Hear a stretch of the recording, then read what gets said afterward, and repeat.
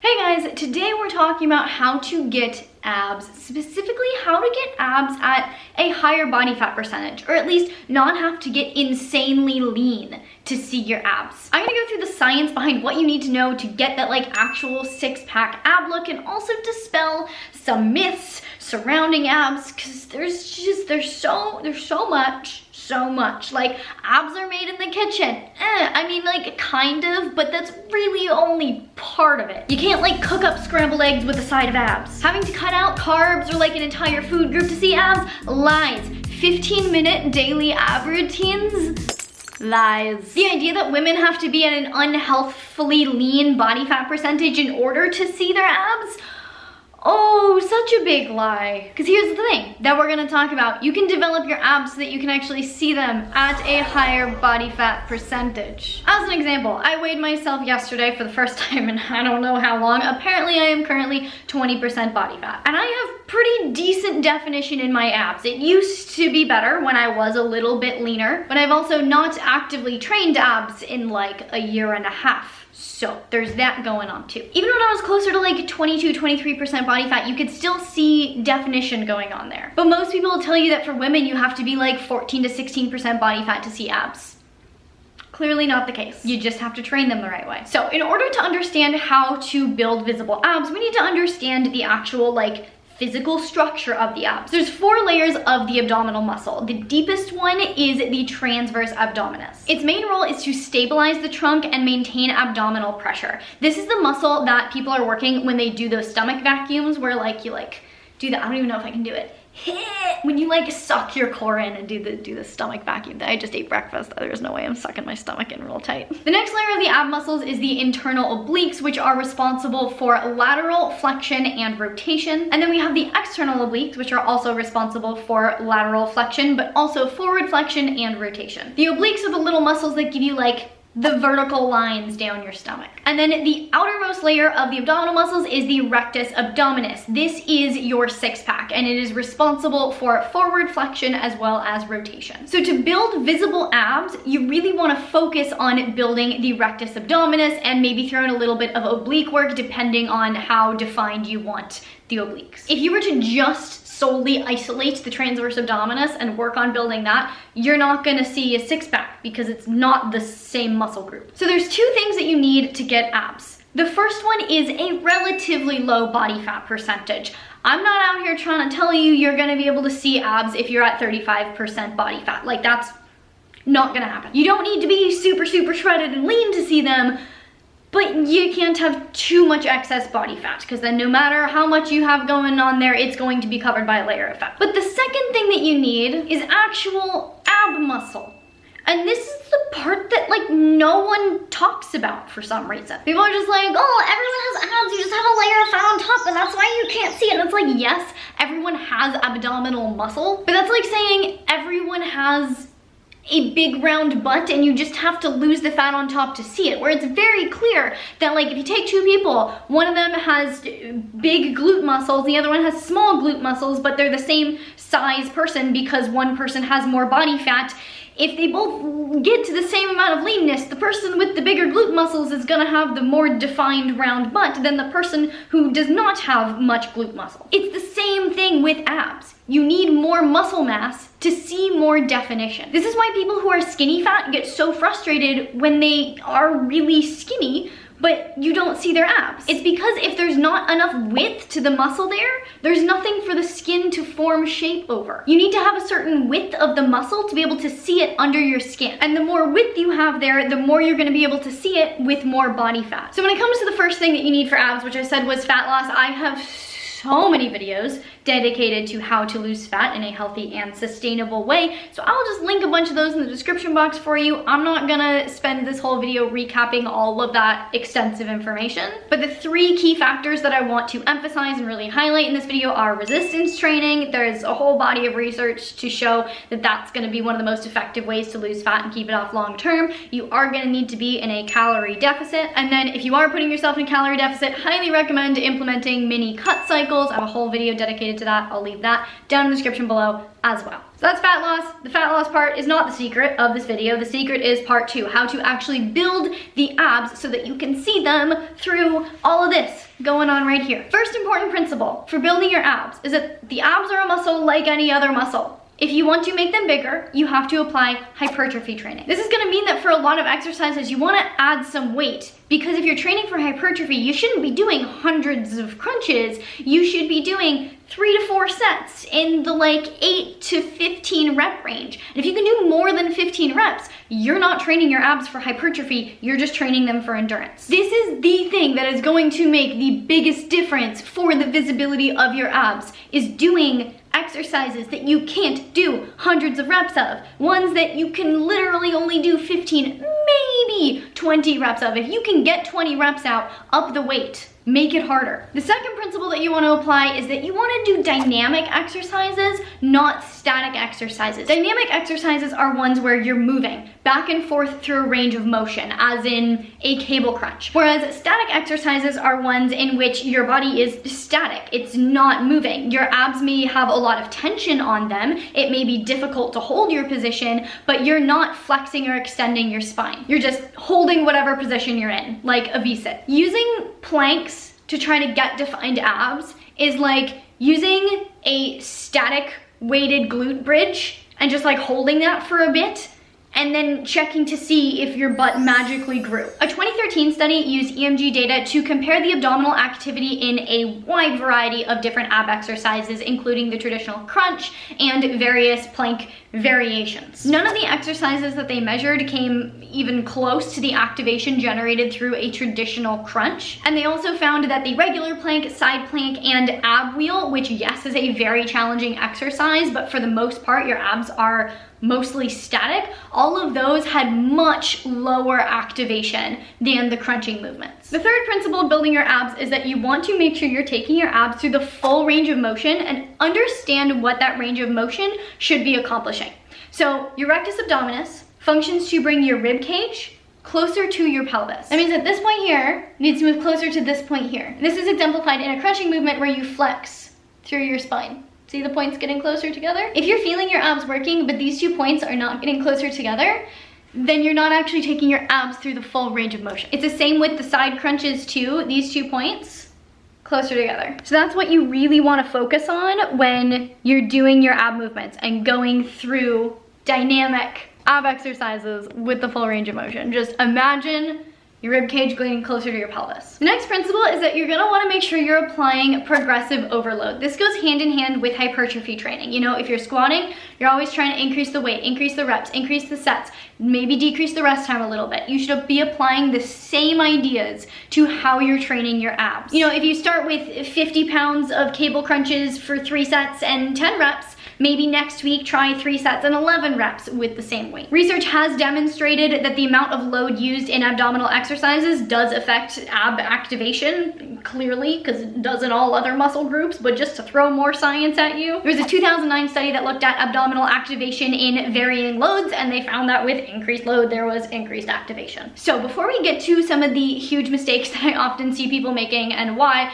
there are so many issues with so many ab workouts that are online, I want to go through some of the best ab exercises for growing the 6-pack and then highlight some of the exercises that are less useful for getting a 6-pack. First one is my absolute favorite, reverse crunches. If you really focus on this and focus on slowly curling your spine up 1 vertebrae at a time and then slowly uncurling it on your way back down, you're really going to be emphasizing that ribcage to pelvis movement and getting really strong glute activation. And you can apply progressive overload with this by just throwing a dumbbell between your feet. I don't recommend using a plate like I did. I just could not find a dumbbell under 30 pounds to save my life, but don't do it with a plate. It was very dangerous. I could have hit myself in the head. Next exercise is weighted decline sit-ups. These are great because you can just continue to add weight, easily apply progressive overload, and again, you can really use the bench as feedback to feel your spine curling up 1 vertebrae at a time and then uncurling 1 vertebrae at a time. And again, that's emphasizing the ribcage to pelvis movement. Cable crunches are another one of my absolute favorites. Honestly, might like this a little bit more than reverse crunches. Make sure you're keeping your hips super stable. Do not be flexing and bending through like your little hip hip crease here. There should be no extra movement through there. It should be entirely through your core. And I personally love incorporating this exercise into my routine regularly because it takes you through an even more extended range of motion, because not only are you curling forward, but you get a little bit of extra extension through the back at the top of the movement. So you just get extended range of motion. A lot of people struggle to feel this in the abs, and that's because they're just focusing on bringing their head closer to the floor and back up. And so they aren't actually crunching through the abs, they're just bending over at their hips, which is not an ab movement. So again, if you focus on bringing your rib cage closer to your pelvis, that's gonna get you a lot closer to the movement that you need to be performing to actually target your abs with this exercise. Another exercise that I love challenging my abs with is a pike variation, either a Swiss ball pike or a TRX pike. As far as actually activating the six pack and building that goes, this is an easy one to accidentally just be bending at the hips rather than crunching through the core. So while I'm doing this exercise, I like to really focus on rounding my back one vertebrae at a time as I'm lifting my hips up. So I'll start by focusing at the top part of my back with the top vertebrae and just slowly arching those and then arching through my spine as I bend over and my hips come up. And then hanging leg raises and all variations thereof, including the hanging knee raise, are fantastic exercises for building the abs. Like this should be in your routine if you want to build a six pack. The research has shown that this is one of the best exercises to activate the abdominal muscles, assuming you're doing it properly. And we're gonna get into this when I talk about mistakes.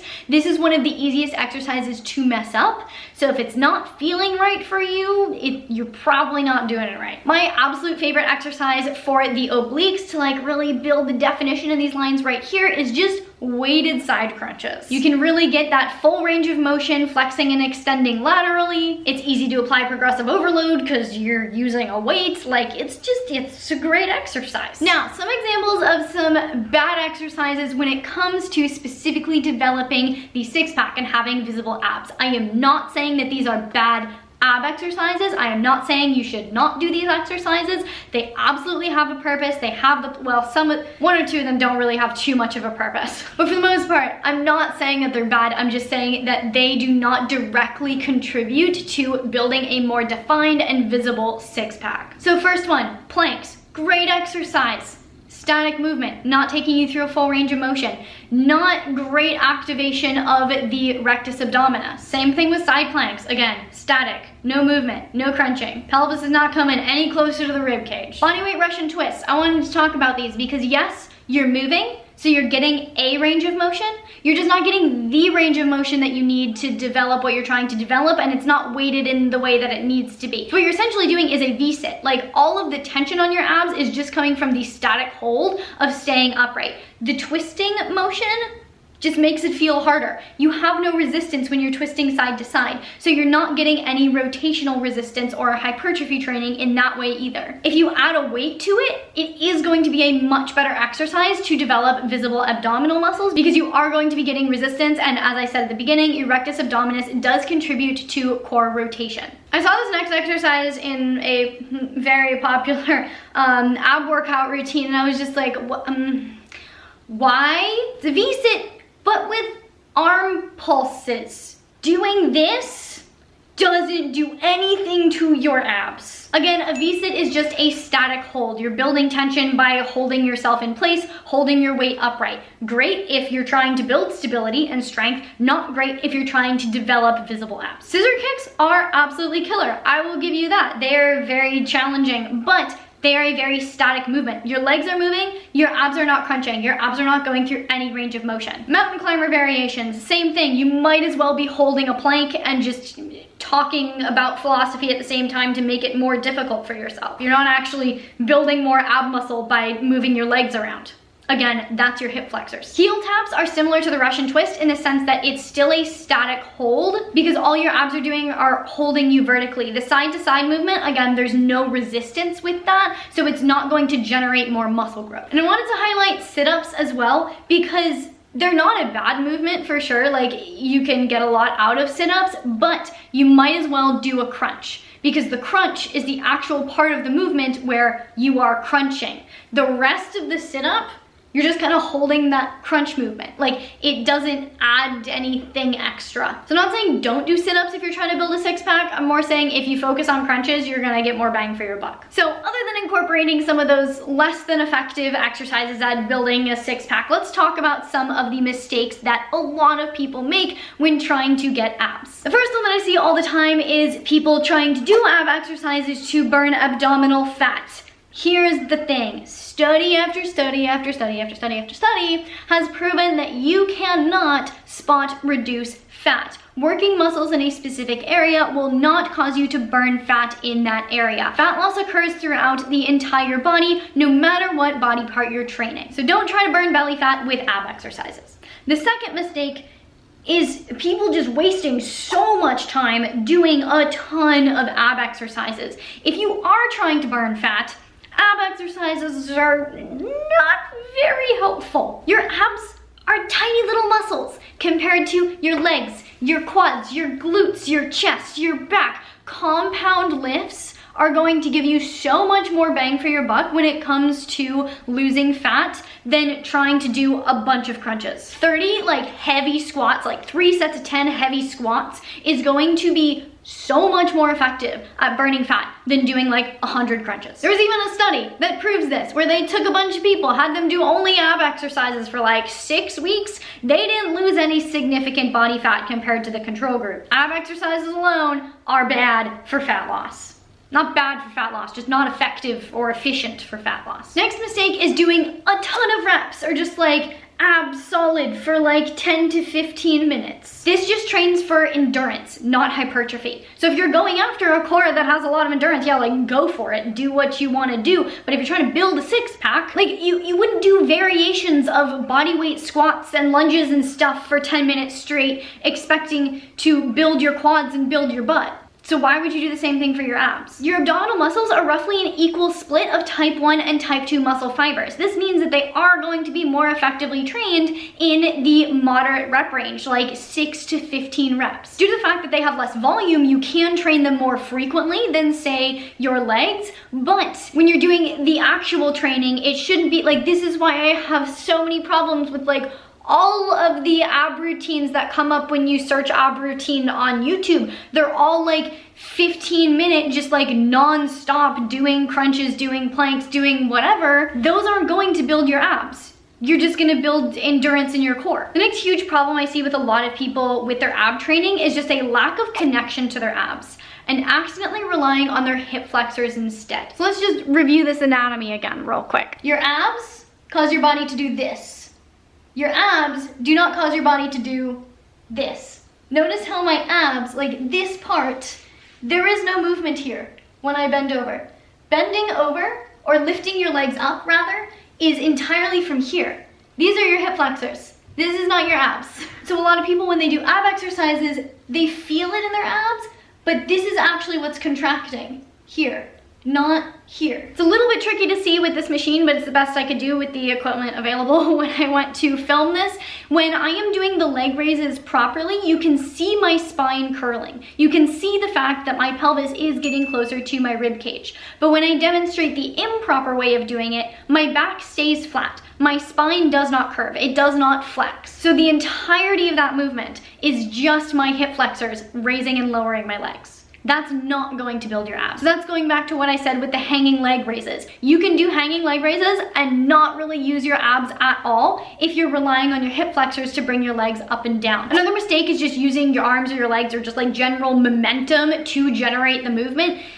You're just taking pressure off of your abs. You might as well lower the weight, find a different exercise that is easier for you to actually be able to complete 8 to 15 reps. But the only muscle that should be generating the movement during the ab exercises is your abs. If you're using your arms, throwing your arms around, throwing your legs around to try to move, that's not your abs. The other thing is just moving way too fast. As with any exercise, if you just try to smash out the reps as fast as possible, you're not gonna get a good connection. Also, time under tension is actually the important factor when it comes to building muscle. So if you do the reps really fast, you're cutting your time under tension way down and you're just not gonna be in the range that you actually think you are. So like, slow down, Focus on the connection, go through each rep with intention, and you'll get a lot more out of it. The last mistake is more like a camp of people who have this way of thinking, which is that you only need to do squats and deadlifts to get a six-pack. If you've been squatting and deadlifting a while and you're decently lean, you're like, why don't I see my abs? It's probably because you need to build more ab muscle, and squats and deadlifts are not good at that. They're great exercises for core stability, but your rectus abdominis is not nearly as involved in core stability. Studies have shown that a crunching movement like a sit-up activates your rectus abdominis twice as much as a squat. So if you're trying to build up some visible abdominal muscle, you do want to make sure you are incorporating some ab-focused movements. So what are the key practical takeaways? Like, when you're done with this video, what are you going to be able to implement to get yourself a six-pack? First, training frequency. Train your abs 2 to 4 times a week, maybe 5 if you have like really super solid recovery, you're getting enough sleep, you're eating enough, etc. My personal ab routine is I just like training my abs at the end of my upper body days, which means I'm training abs twice a week. And for this ab training, you're going to want to pick 2 to 3 exercises. Not 5, not 10, not 20 minutes worth of exercises, 2 to 3 exercises. And you're going to do these exercises for 3 to 4 sets, 6 to 15 reps. I personally usually do about 3 sets, 8 to 12 reps. And pick exercises that are dynamic, take you through the full range of motion, and bring your rib cage closer to your pelvis. And that's really what you want to focus on if you want to be able to have visible abs but not have to get like super duper crazy shredded. But ideally, even if your main goal is to get a visible six-pack, you want to make sure you're incorporating different ways of training your core to optimize your core strength and health. So don't like not do planks just because I said it's not the best way to get a six-pack. Like, incorporate planks eventually. You can focus on your six-pack for a bit, but do some planks, do some 20-minute ab workouts if you really want to. Make sure you're incorporating forward flexion, lateral flexion, rotation. Anti-rotation movements are amazing. Focus on strength, focus on endurance, focus on hypertrophy. Make sure you're also getting your lower back as well. Supermans and back extensions are great exercises to get this back part of your core because that's important for your health as well. Basically, don't not do everything that I didn't say to do just because I didn't say to do it. Like, still train your core in a well-rounded way. But if you want to take some time to focus on hypertrophy for the abs, then do what I did say to do.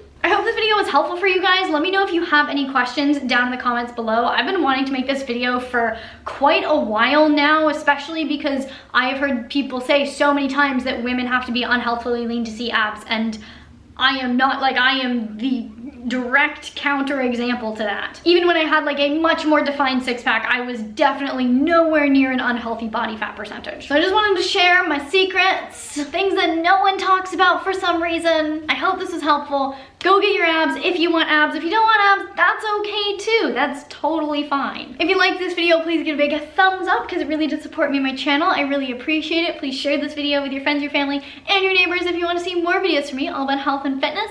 Check them out over here to see future videos from me. Make sure you hit that subscribe button, hit the little notification bell so you get notified when I post a video, and I will see you very soon. Bye.